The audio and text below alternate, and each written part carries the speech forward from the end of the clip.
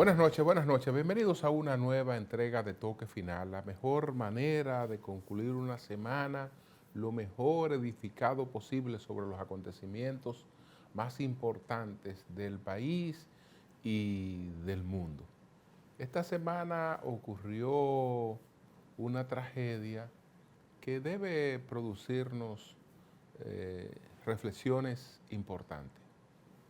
Nosotros queremos y estamos preparados para una vida en la que tenemos una convivencia llevadera con nuestros vecinos, en la que debemos tener un entorno laboral también favorable, agradable, llevadero, que tenemos metas, que trabajamos en función de nuestras metas y bueno, nos planificamos siempre para ir, digamos, viviendo mejor y para que nuestros planes hacia el futuro se vayan dando, que cualquier sacrificio que estemos asumiendo en el presente es en aras de esa vida mejor del futuro que siempre aspiramos. Y entonces, a veces nos encontramos en una etapa en la que uno cree que ya todo lo que le ha de llegar es tranquilidad hasta que llegue el momento de la partida, ya por vejez, ya por alguna enfermedad. Pero la vida a veces eventos, tiene eventos, lo que quiere decir que debemos estar preparados para cualquier cosa. Ustedes se imaginan unos vecinos en un residencial de Naco, en un residencial tranquilo, apacible, de buena convivencia. ¿Quién está esperando allí que se produzca una tragedia? Y una tragedia inevitable, nadie la podía prever. Estamos hablando de un joven de 30, 31 años de edad. Él ha tenido un historial de situaciones, digamos, de salud mental, pero controlada, medicada, ha vivido más de 10 años en esa situación de manera estable en convivencia con su familia.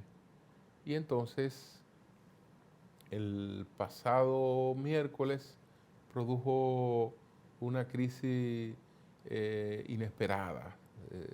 Salió de sí y empezó a atentar contra varios de sus vecinos a los que les tocaba la puerta y entonces empezaba a acuchillarle, como hizo con una dama de 70 años que murió y con otras que resultaron heridos, incluyendo su propio padre tratando de, de controlarlo. Entonces estas cosas hay que verla con cierta empatía,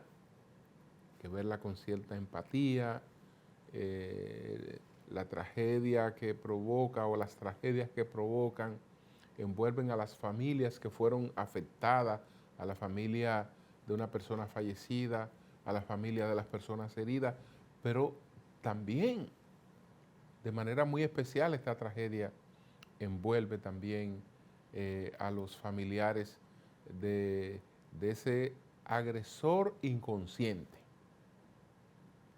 porque no es una persona que tiene interés en provocar daños, sino que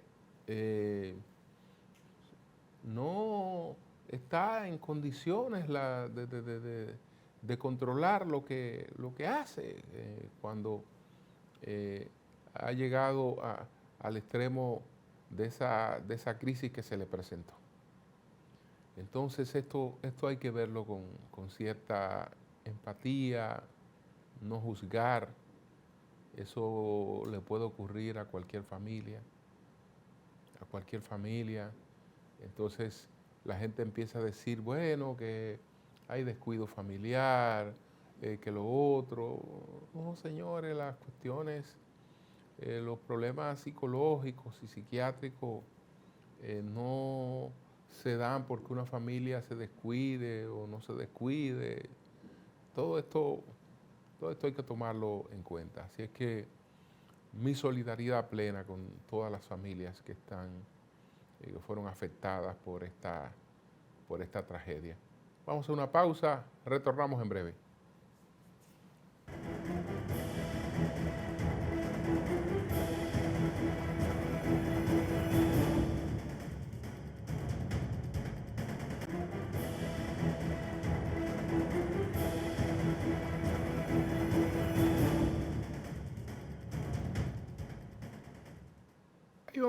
Hay un acontecimiento que se va a producir en Estados Unidos y cada cierto tiempo ocurre, que es la desclasificación de documentos. Entonces ahora hay una especie de alerta especial porque Donald Trump ha decidido desclasificar los documentos del asesinato de Martin Luther King. Los hijos de Martin Luther King están en desacuerdo con que eso ocurra, pero bueno, es que es una norma en Estados Unidos porque la desclasificación es un compromiso. Entonces, lo que la desclasificación, digamos, que representa un equilibrio entre la seguridad nacional y la transparencia. El documento se mantiene reservado,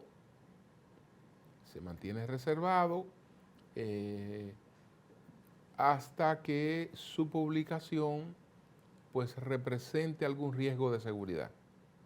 Después que no representa ningún riesgo de seguridad, debe darse a conocer. Y no importa que sea acerca de una gloria como Martin Luther King, o que se entienda que Trump lo está usando de pretexto, porque los documentos que la gente está reclamando en estos momentos son los de un amigo de Trump que era un degenerado sexual. Entonces, como la gente está reclamando lo otro, mientras tanto esto. Bueno, como quiera, debió llegar el tiempo de la desclasificación de los documentos del asesinato de Martin Luther King. ¿Qué es lo que preocupa? Bueno, que a la gente que ha tenido la trascendencia de Martin Luther King se le suele endiosar, no presentarlo como seres humanos, como personas de carne y hueso, como usted y como yo, que somos personas con nuestras virtudes, pero también con nuestras debilidades. Entonces, yo no veo problema en que la vida de las personas se proyecte tal cual fue, porque eso no quita los aportes que pudieron hacer, y en este caso los aportes por los derechos civiles de los afrodescendientes que vienen de una realidad de esclavitud. Cuando se eliminó la esclavitud, no desaparecieron ni las desigualdades ni la discriminación. Entonces, muchos años después de la abolición de la esclavitud, hubo que luchar contra la discriminación racial,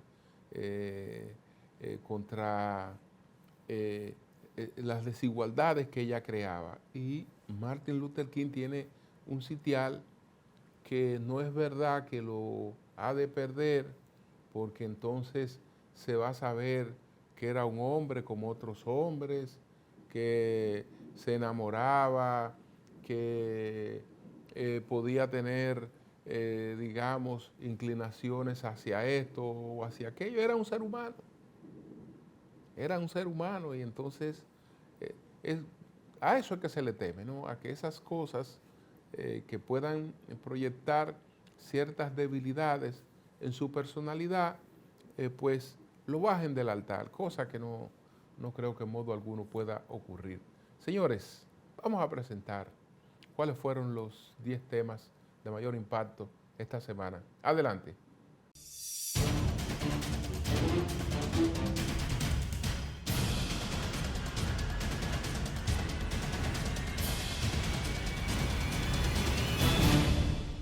Una mujer de 70 años murió y al menos 5 personas resultaron heridas la tarde del pasado miércoles tras un violento incidente ocurrido en el condominio Dorado 4, ubicado en el Ensanche Naco, Distrito Nacional. El hecho se registró alrededor de las 4 de la tarde, cuando un hombre identificado como Jean Andrés Pumarol Fernández, de 30 años, agredió con un arma blanca a varias personas dentro del edificio. La víctima mortal fue identificada como Yolanda Handal Abugabil, de 70 años. Entre los heridos figuran el padre del atacante Guillermo Pumarol Castellanos, Teresa Fabián Heredia, cuidadora de la señora Yolanda, y los vecinos del agresor Francisco Tesano, Cristelda Osuna y Victoria Heredia. Según informaciones preliminares ofrecidas por el vocero de la Policía Nacional, Diego Pesqueira, el agresor fue bajando desde su apartamento en el 5.º y atacó a las personas que le abrían la puerta en distintos apartamentos. Pumarol Fernández permanece ingresado en un centro de salud bajo custodia policial, donde recibe atenciones médicas tras haber sido inmovilizado por agentes de la Policía Nacional con un arma de electrochoque. Un día después del hecho, la familia Pumarol Fernández emitió un comunicado en el que expresó su consternación por lo ocurrido y manifestó su solidaridad con las personas afectadas. En el documento también revelaron que Jean Andrés había sido diagnosticado desde hace años con una condición psiquiátrica por la cual recibía tratamiento médico. Tras protestas de ciudadanos y la sociedad civil, el gobierno presentó el Plan Vial y Ambiental para la zona del Jardín Botánico con el propósito de transformar la movilidad urbana, proteger el medio ambiente y mejorar la calidad de vida de miles de ciudadanos. El gobierno dominicano presentó el pasado miércoles el proyecto de solución vial y ambiental de la Avenida República de Colombia y su entorno durante un acto realizado en el Jardín Botánico Nacional que contó con la presencia de autoridades, técnicos y representantes de la comunidad. Esta obra tendrá una duración estimada de 24 meses y una vez finalizada impactará directamente la calidad de vida de más de 1.4 millones de dominicanos residentes en el Gran Santo Domingo. El proyecto contempla una intervención profunda a lo largo de toda la Avenida República de Colombia, por donde transitan alrededor de 35.000 vehículos diarios, con el objetivo de descongestionar el tránsito, reducir los niveles de contaminación y recuperar espacios públicos para los ciudadanos. Además, incluye la ampliación de la vía en su intersección con la Avenida Monumental, la eliminación de cruces conflictivos, la construcción de retornos estratégicos y una solución vial a desnivel en la intersección con la Avenida Los Próceres. Asimismo, en el cruce con Jacobo Magluta y su prolongación, se levantará un gran distribuidor vial compuesto por un puente sobre el arroyo, pasos a desnivel y trincheras que atravesarán el barrio Cuba. De forma paralela, el proyecto apuesta por una transformación ambiental significativa, donde antes existía una cañada contaminada. Se recuperarán más de 24.000 metros cuadrados de áreas verdes para el desarrollo de un parque ecológico que será administrado por el Jardín Botánico Nacional. El presidente Abinader viajó a Guyana por tercera vez en poco más de 2 años, consolidando una relación estratégica con esta nación sudamericana que ha cobrado protagonismo en la región por su rápido ascenso como potencia petrolera. El presidente participó en el acto inaugural de la Alianza Global por la Biodiversidad, una iniciativa destinada a enfrentar la crisis ambiental y climática a través de la cooperación internacional. Al acto fueron invitados jefes de Estado y de Gobierno, organismos multilaterales, sector privado, academias, comunidades indígenas y sociedad civil, y tuvo lugar en Georgetown, Guyana, del 23 al 25 de este mes. En este evento, la República Dominicana, a través del presidente Luis Abinader, proyectó su liderazgo regional y global en la defensa de la biodiversidad como activo estratégico para el bienestar, la resiliencia y crecimiento económico sostenible. La alianza está conformada por líderes de gobierno, organismos multilaterales, entidades del sector privado, centros académicos, organizaciones científicas, comunidades locales e indígenas y actores de la sociedad civil, quienes trabajarán de manera articulada para impulsar soluciones concretas y medibles que promuevan la conservación y el uso sostenible de la biodiversidad como pilar de desarrollo global. La Dirección General de Aduanas, DGA, alcanzó este año el billón de pesos recaudados por la actual administración iniciada en agosto de 2020, pese al contexto internacional que ha vivido el comercio exterior en dicho periodo. La entidad informó que es la primera vez en la historia de la Dirección General de Aduanas que se recauda esta cifra en un periodo de 4 años y 6 meses y que eso adquiere mayor relevancia por las disrupciones que han sufrido las cadenas de suministro, los conflictos bélicos y los cambios en la política comercial de las principales economías del mundo en los últimos 5 años. La actual administración de la DGA, encabezada por el director general Eduardo Yayo Sanz Lobatón, también ha logrado otros récords en materia recaudatoria, como el haber alcanzado por primera vez el umbral de los 200.000 millones recaudados en un año, hito alcanzado en el 2022. Eso representa un crecimiento de 67.7% comparado con el cuatrenio 2016-2020. Del mismo modo, al indexar estas recaudaciones a dólares americanos, eliminando así las fluctuaciones de la tasa de cambio, el crecimiento es de 47.8%, logrando recaudar 15.095.86 millones durante el periodo 2020-2024. En la actual administración se logró además elevar la recaudación promedio mensual a 17.800 millones, unos 7.200 millones mensuales más que los 10.600 millones promedio registrados entre los años 2016 y 2020. Igualmente, en 2024 la DGA rompió su propio récord al alcanzar la mayor recaudación anual en su historia, al colectar en ese año unos 254.687 millones de pesos. El Comité Político del Partido de la Liberación Dominicana, PLD, anunció su posición oficial respecto a la sentencia del Tribunal Superior Electoral, TCE, que les prohibió llevar a cabo consultas e inscripciones para comenzar a definir su candidato presidencial. Después de una reunión de más de 8 horas, el secretario general de esa organización, Johnny Pujols, informó que el órgano colegiado decidió unánimemente acatar la sentencia, pero cuestiona su legalidad y la tilda de injerencista. El PLD acata la decisión del Tribunal Superior Electoral en estricto respeto al derecho y al orden democrático que hemos defendido desde nuestra fundación. No obstante, expresamos nuestro desacuerdo con el contenido de la sentencia en el entendido de que constituye un exceso y una injerencia en las decisiones internas del partido, explicó Pujols. Pujols defendió que el comité político actuó dentro del marco legítimo de las atribuciones que le confieren los estatutos del PLD y la ley de partidos políticos, conforme al principio de autonomía interna de las organizaciones políticas y a la tradición democrática partidaria. A pesar de no compartir los argumentos contenidos en la sentencia por las razones expuestas, la respetamos como corresponde a un partido serio, democrático y comprometido con la institucionalidad nacional, afirmó. El secretario general del PLD advirtió que los compañeros que han expresado legítimas aspiraciones presidenciales seguirán recorriendo el país, motivando a la ciudadanía, consolidando sus propuestas y con ello fortaleciendo también al partido.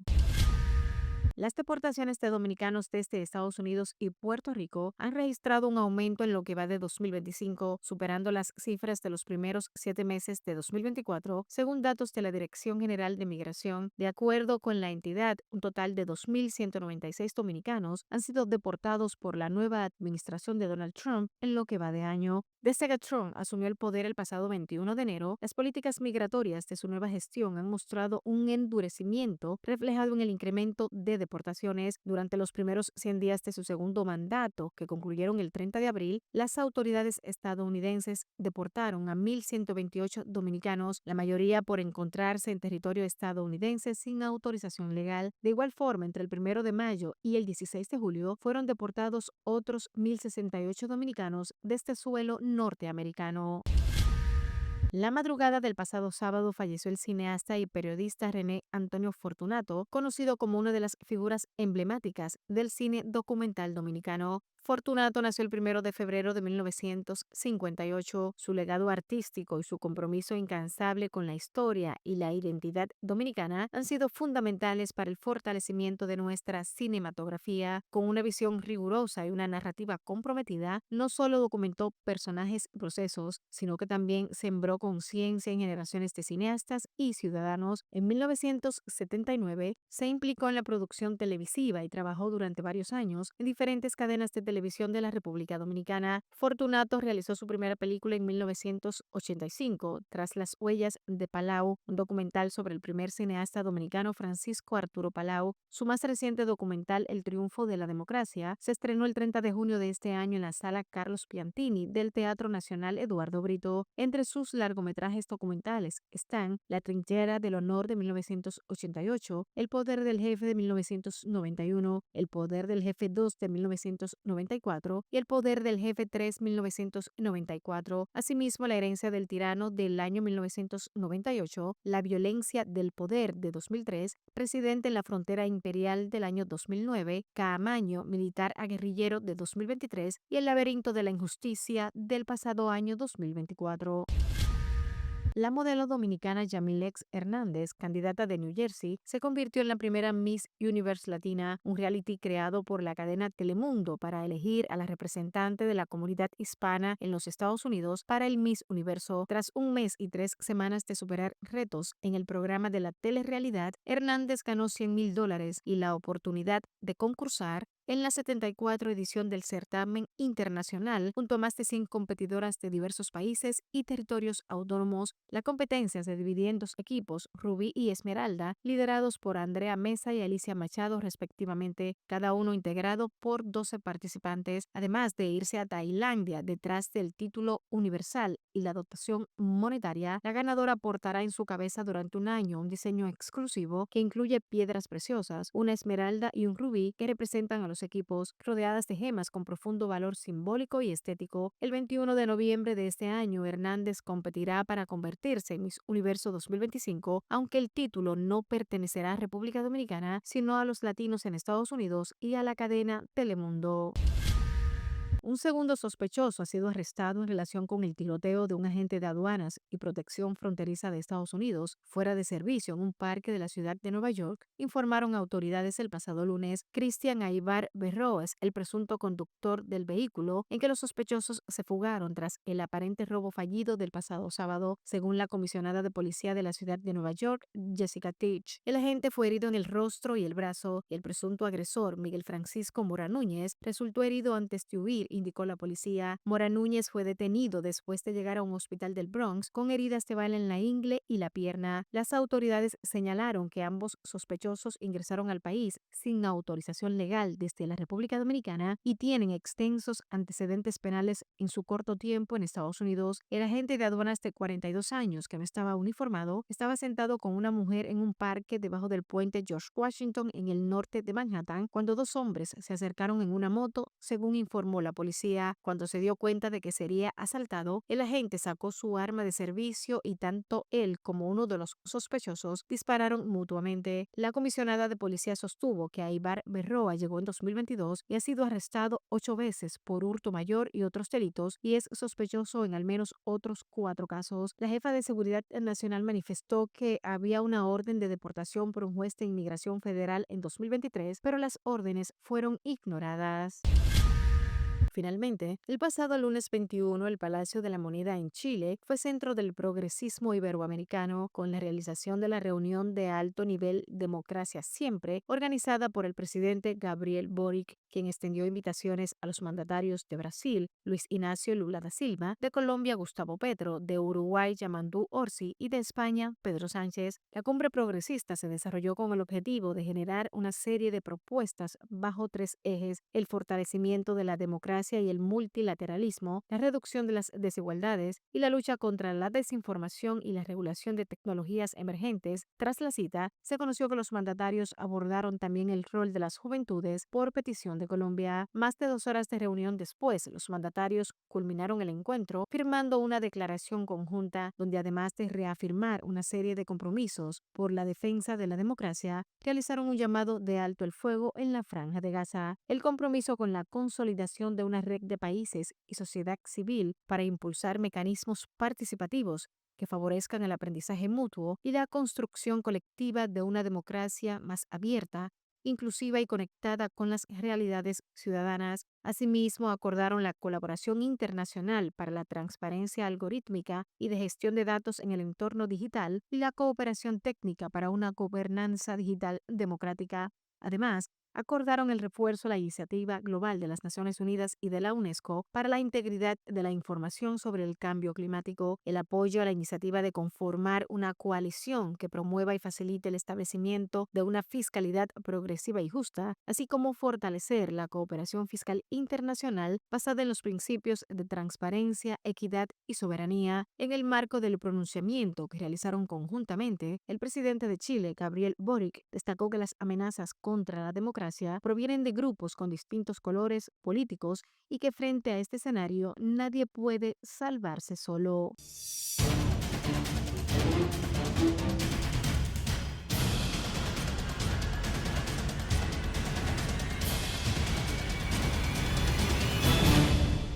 Una pausa, retornamos en breve.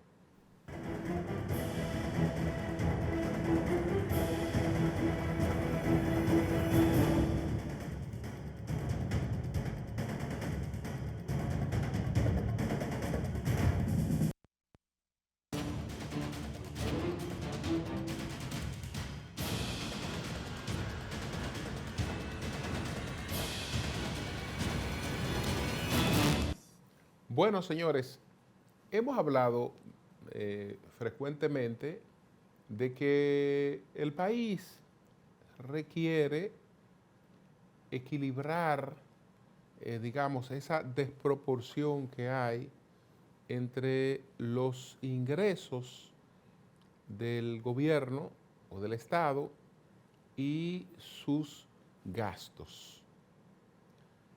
Entonces, ¿qué ocurre?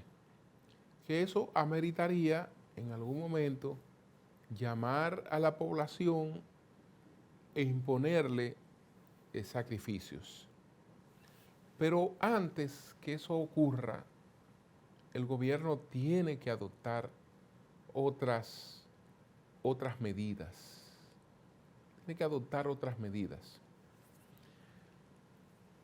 La diferencia que tenemos, yo se la resumo, es la siguiente. Lo que son los gastos corrientes, es decir, cuando estamos hablando de los gastos corrientes, supongámonos, vamos a suponernos que estamos hablando de una casa. En una casa los gastos corrientes que son obligatorios, hay que comprar la comida, hay que pagar los servicios, hay que pagar el transporte y hay que hacer una serie de cosas que hay que hacerla llueva, truene o ventee, porque son gastos que usted tiene ahí. Estamos hablando que ahí no está un ahorro. Estamos hablando que ahí no está una visita a un restaurante. Ahí no está ni siquiera salirte a comer un helado, sino en las cosas que tú tienes que hacer por obligación, que son tus gastos corrientes.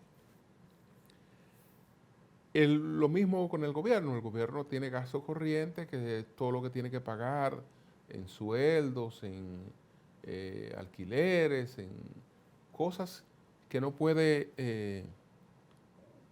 evadir, pero que ahí no está el gasto en obras. El gasto en obras no es un gasto corriente, es un gasto de inversión. ¿Qué ocurre? Que la totalidad de los ingresos que tiene el gobierno se van en el gasto corriente y hay que buscar más dinero. Es decir, que estamos hablando que no hay chance para comerse una pizza. No hay chance de comerse una pizza, ¿eh? No hay chance de ir al cine, porque eso no alcanza para eso. Pero si no hay chance para comerse una pizza o ir al cine, no hay chance para tú pensar que le va a hacer una remodelación a la casa o que va a cambiar el vehículo. No, para nada de eso. Entonces, el gasto corriente, 17.7%. Sin embargo, los ingresos andan en 14.5%. Entonces, ¿qué ocurre? Que cuando tú te preguntas, pero ¿y qué es lo que pasa? ¿Qué es lo que pasa? Vas encontrando algunas explicaciones.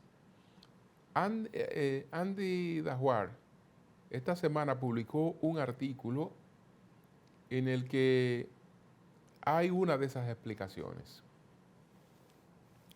Él habla, en ese artículo, él habla de la focalización complaciente de la pobreza monetaria.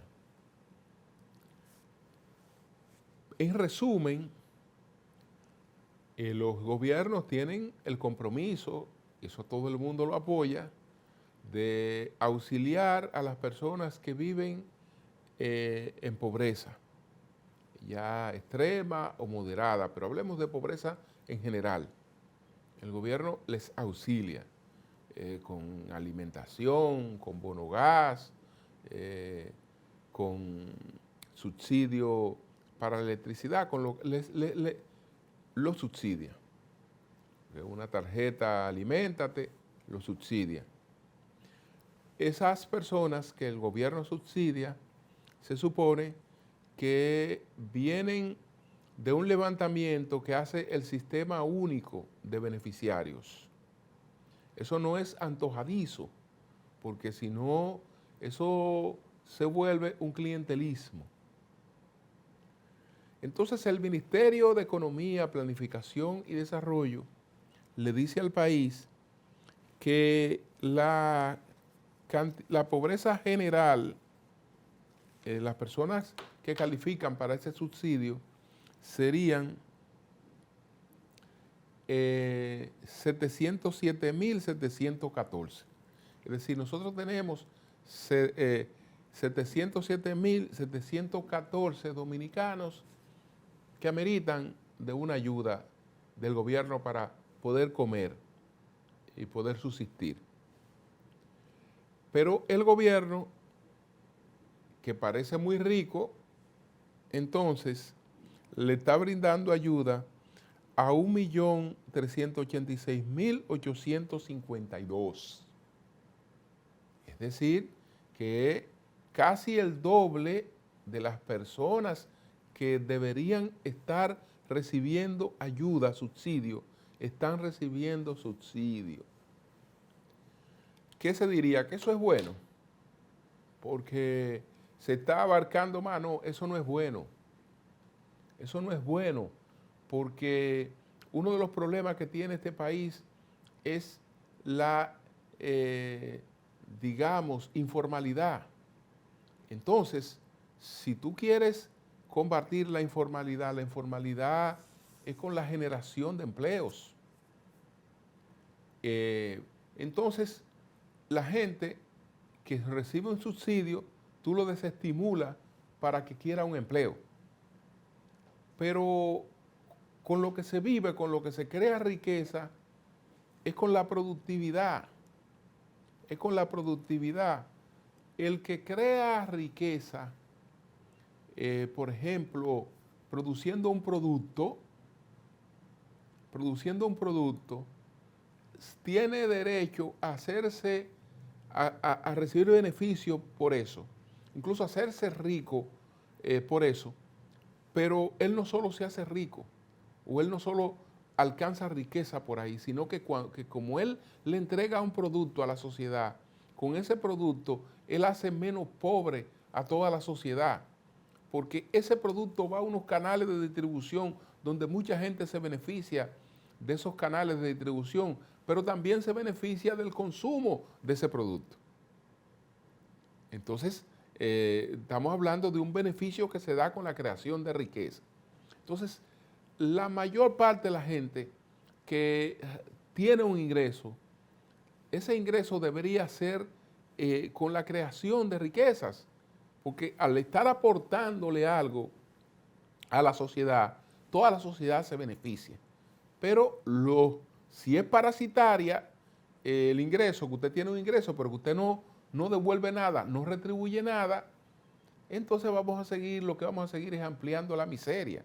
Pero además de que estamos ampliando de la miseria, estamos hablando de un país que no se puede dar ese lujo, porque antes de hablar entonces de una reforma fiscal, nosotros tendríamos que hablar de revisar lo que el gobierno está haciendo con estas ayudas, que además de revisar lo que está haciendo con estas ayudas, el presidente todos los meses vive firmando pensiones especiales, cuando vemos que el gobierno no está en condiciones de sufragar ese tipo de cosas, porque todo, casi todo lo que se hace aquí, adicionalmente, se paga con deudas. Y ya en ese sentido vamos realmente muy mal, por muy mal camino. Ojalá que todas estas cosas las empecemos a revisar y que este mismo gobierno las empiece a revisar para que después no tengamos que revisarla metido en una crisis cuyas consecuencias pueden ser peores que la de anticiparse a lo que pueda venir. Una pausa, retornamos en breve.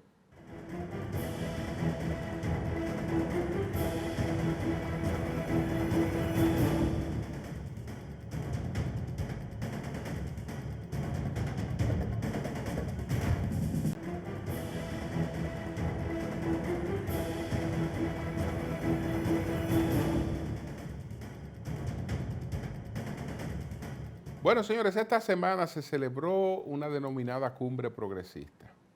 Se anunció la desclasificación de los documentos del asesinato de Martin Luther King y quedan preguntas en relación con el conflicto, la guerra en Ucrania, que se entendía que a estas alturas iba a estar ya solucionada, y la situación en Gaza.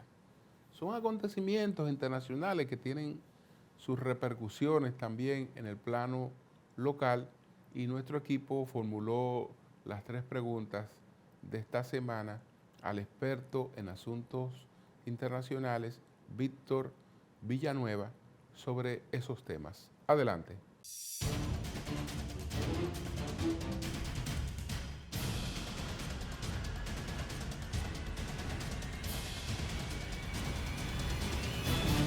¿Qué opina de la denominada cumbre progresista que se celebró en Chile y cómo puede el sentimiento de izquierda contener el predominio que las redes sociales han conferido a las posiciones ultraconservadoras o de derecha?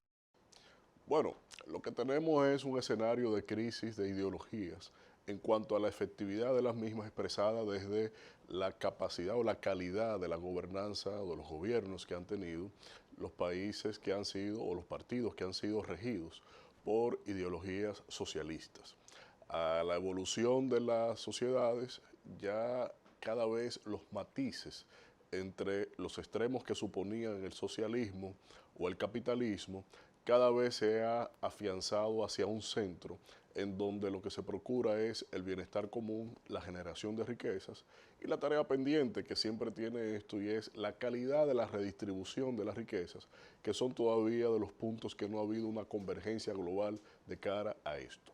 Ahora, el socialismo, se ha entendido, tiene unos íconos que son bastante lacerantes en cuanto a lo que ellos han profesado y que han legado a la humanidad, primero sobre la base de la calidad de la democracia, pero por otro lado, en cuanto a la baja calidad en la generación de riquezas, y que los íconos que han generado son de generación, precisamente de distribución de pobrezas, han albergado una línea conceptual que se ha planteado como progresismo, precisamente para catalizar esos dos puntos, digamos, extremos entre el capitalismo y el socialismo puro y duro.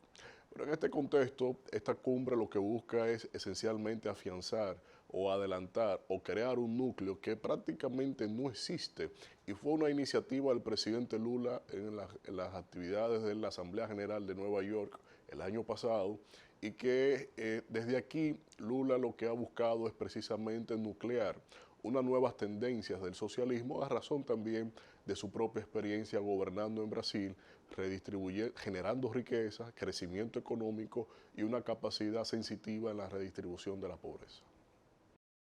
¿Qué efecto podría tener la desclasificación de los documentos del asesinato del reverendo Martin Luther King Jr.? El hecho de que salgan a reducir aspectos de su vida íntima que no estén acorde con los códigos morales tradicionales puede desmistificar su figura y bajarla del altar en la que ha estado situada.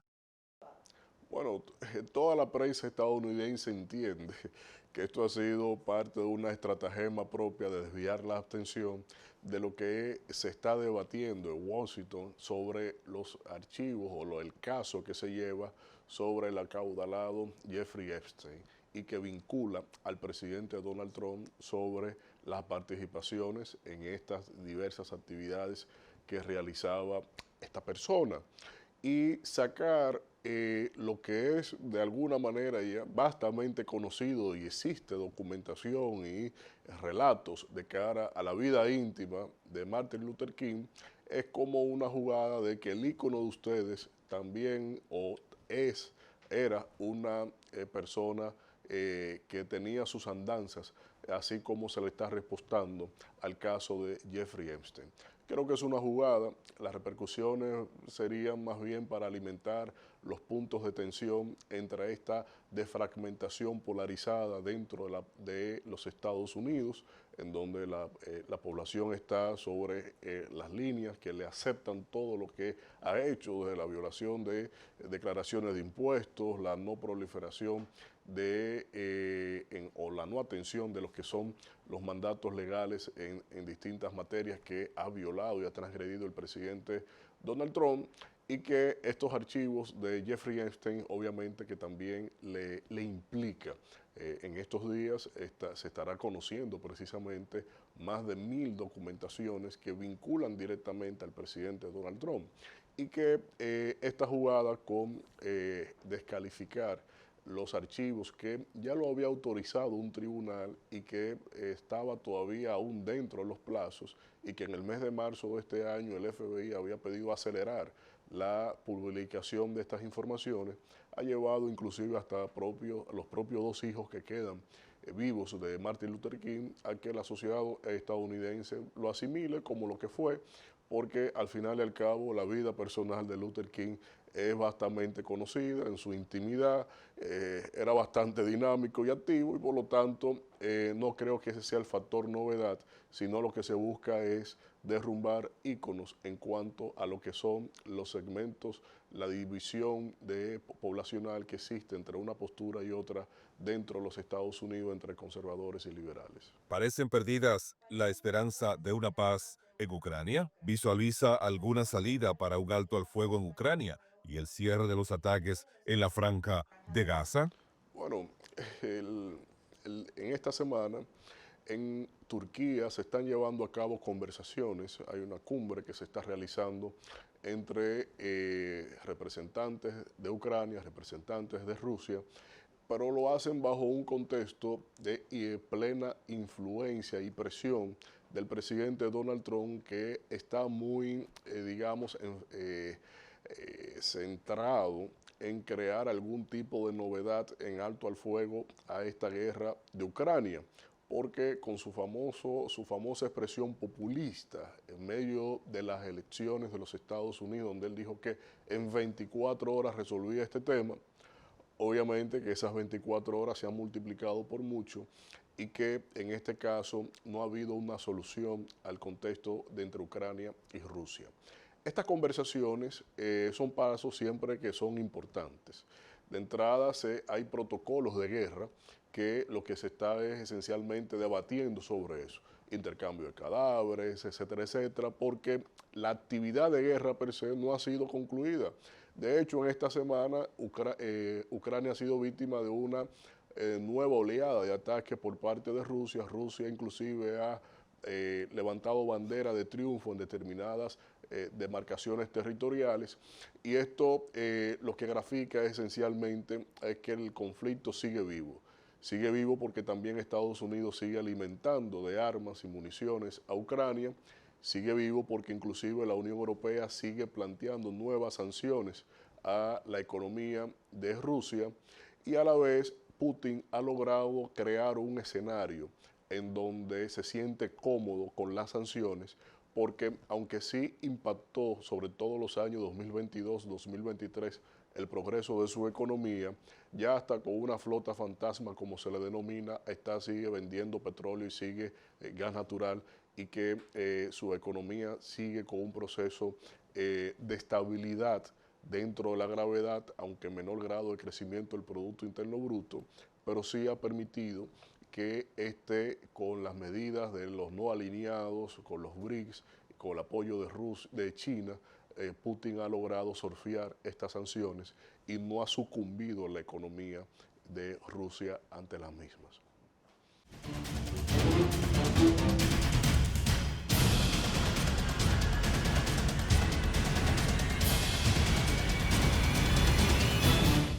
Una pausa, retornamos en breve.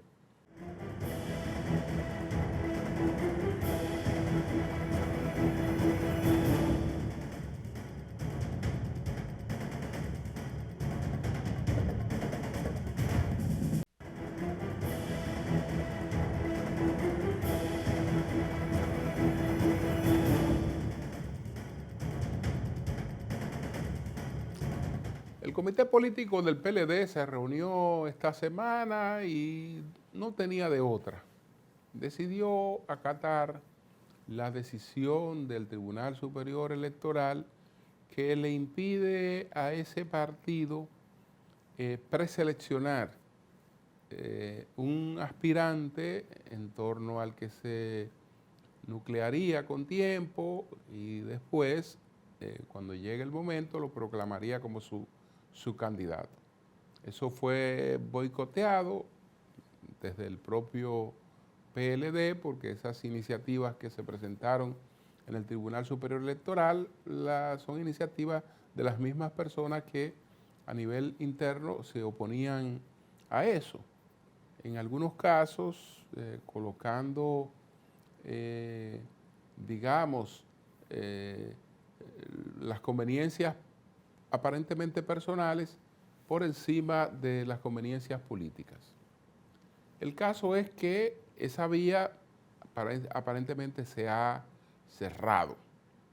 Entonces, el PLD tiene que ingeniársela para seguir adelante.